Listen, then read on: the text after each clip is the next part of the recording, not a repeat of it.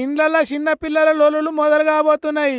ఎగురుడు, దునుకుడు, ఏర్సుడు, తూడ్సుడు, అలుగుడు, గులుగుడు, ఎత్తేసి మొత్తుకునుడు, అబ్బో జిజ్జు జిజ్జు చేసేదానికి దసరా సెలవులు 13 రోజులు ఇచ్చింది బడి పిల్లలకు సర్కారు. పండుగ సెలవులకు ఎంజాయ్ చేయాలని ఈ నెల 21వ తారీఖు నుంచి వచ్చే నెల 3వ తారీఖు దాకా ఇచ్చింది సెలవులు. 4వ తారీఖు నాడు శనివారం అవుతున్నది.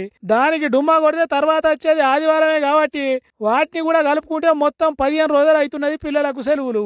ఇక కాలేజీలలో చదివే పిల్లలకు మాత్రం ఈ నెల 28వ తారీఖు నుంచి వచ్చే నెల 5వ తారీఖు దాకానే ఇచ్చిండ్రు సెలవులు.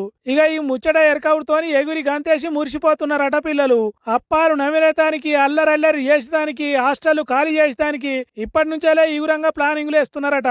బతుకమ్మ పూల వేటలు, నిండిన చెరువులలో ఈతలు, కోతి కొమ్మచ్చి ఆటలు, సత్తుపిండి శనగ ముద్దల రుసులు అబ్బో శాన్నే ఉంటాయి కాబట్టి పుస్తకాలు అటుకు మీద వేసి పండుగ ఆటలు ఆడటానికి తయారవుతున్నారట.